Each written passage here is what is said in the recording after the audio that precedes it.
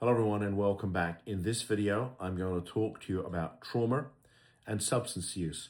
And this particular article that I'm going to refer to, and I'll put the link to the article in the description for the video, is titled Understanding the Impact of Trauma Among People Who Use Drugs. And I was really glad to see this article because we see a lot of this in our office. A lot of the time, families are calling us and they're telling us about their loved ones' continued substance use, continued mental health issues. And I think one of the underlying common threads with these individuals is trauma. It may be physical trauma. It may be sexual trauma. Perhaps they suffered some type of traumatic brain injury, but again, it's all trauma.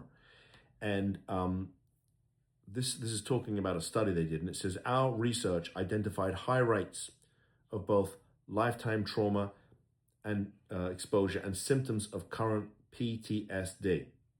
90% of all respondents had experienced at least one traumatic life event. And I think what's going on here is these are individuals that are going to one of these legalized injection sites where they can go and legally use. And they're talking about the sort of the connection between trauma and use. And sometimes when families call us, they have a hard time sort of rationalizing objectively why their loved one is doing this, right? Why are they using? Why are they living like this? And there's a couple of things I share with them. Number one, when somebody has a behavioral health issue, it's as if their brain has been kidnapped. It looks like them, sounds like them, walks like them, but it's not them that's actually running the show. It's the behavioral health issue. And a lot of the time there's trauma connected to the use, right? They're trying to numb the pain, whatever it is.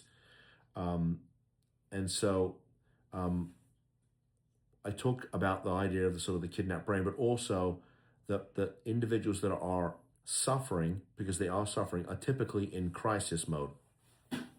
And what I mean by that is they are literally trying to survive hour to hour, day to day, week to week, month to month, which is why their behavior just seems so off the charts, why it's so erratic. It's why if you can even get them to go to treatment, they don't stay very long.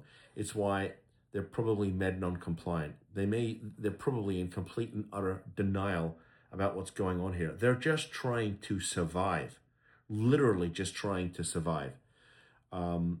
And it all sort of stems back from trauma, trauma that you may not even be aware of. I was actually very recently, I was at a facility that does a lot of work with patients that suffer from things like anxiety and depression and had some type of trauma. And I think in one instance, what they discovered was that a teenage girl who apparently she'd been on a ride at Disney World, and 5 years before, she started to suffer with some of these behavioral health issues. And it turned out on one of these rides in Disney World, she suffered whiplash, and it caused like a mild concussion that nobody ever diagnosed, that nobody was even aware of. And again, I mean, this is a type of trauma. And so just understanding that, I think, just if you can understand that, if you can sort of get a grip on that, I think it'll help you understand why your loved one seems to be doing the things that they're doing. And so if you are a family out there and you want to have a conversation about, how do we get you some help? What options are available? We'd like to talk to you. So I appreciate you tuning in. If you agree with me, disagree with me, have any comments, questions, please post them. I read all of them, and I appreciate you interacting with me. If you want me to make a video about a certain issue, post it. I'm happy to do that too. I want families to have access to the information you really need as it works in the real world, not some mumbo jumbo on a website that's just promoting whatever, or Google. I want to give you real world information, how it works based on speaking to thousands of families. So please post.